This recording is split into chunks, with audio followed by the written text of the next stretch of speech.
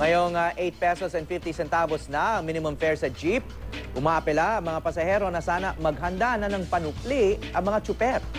Ang ilang jeepney driver naman nagrereklamo rin dahil karamihan daw ng mga pasahero, 8 pesos pa rin ang ibinabayad. May news to go si Athena Imperial. Sa hirap ng buhay, bawat sentimo mahalaga para sa mga regular na sumasakay ng jeep. Simula kasi nitong Sabado, ipinatupad na ang 50 sentimong dagdag sa minimum na pamasahe sa jeep. At kapag lumagpas ka na ng 4 na kilometro, 10 sentimong ulit na dagdag bawat kilometro. Ibig sabihin, kailangan maraming baong bariyang panukli ang mga tsuper.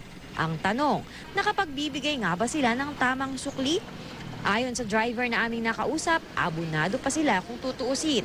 Karamihan daw ng mga pasahero, 8 pesos pa rin ang ibinayad. Magkano yung madalas na binabayad ng mga pasahero sa inyo? Ito lang din po.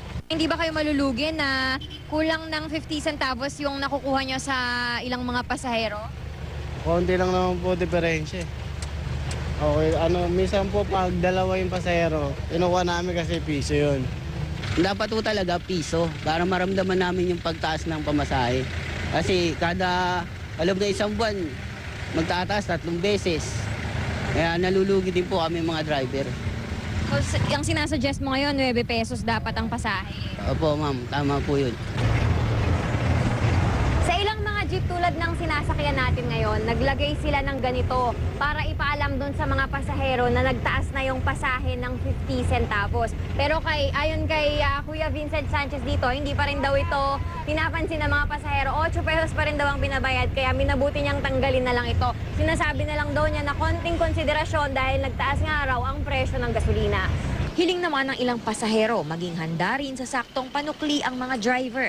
Ang 50 sentimos daw kasing sukli, pandagdag naman sa muling pagsakay sa jeep. Ano pag kunyari, wala kang barya, nagbigay ka ng 10 pesos, tas ang sinukli sa'yo, piso lang. Ayos lang ba sa'yo yun? Minsan hindi. Pag gipit, hindi pwede.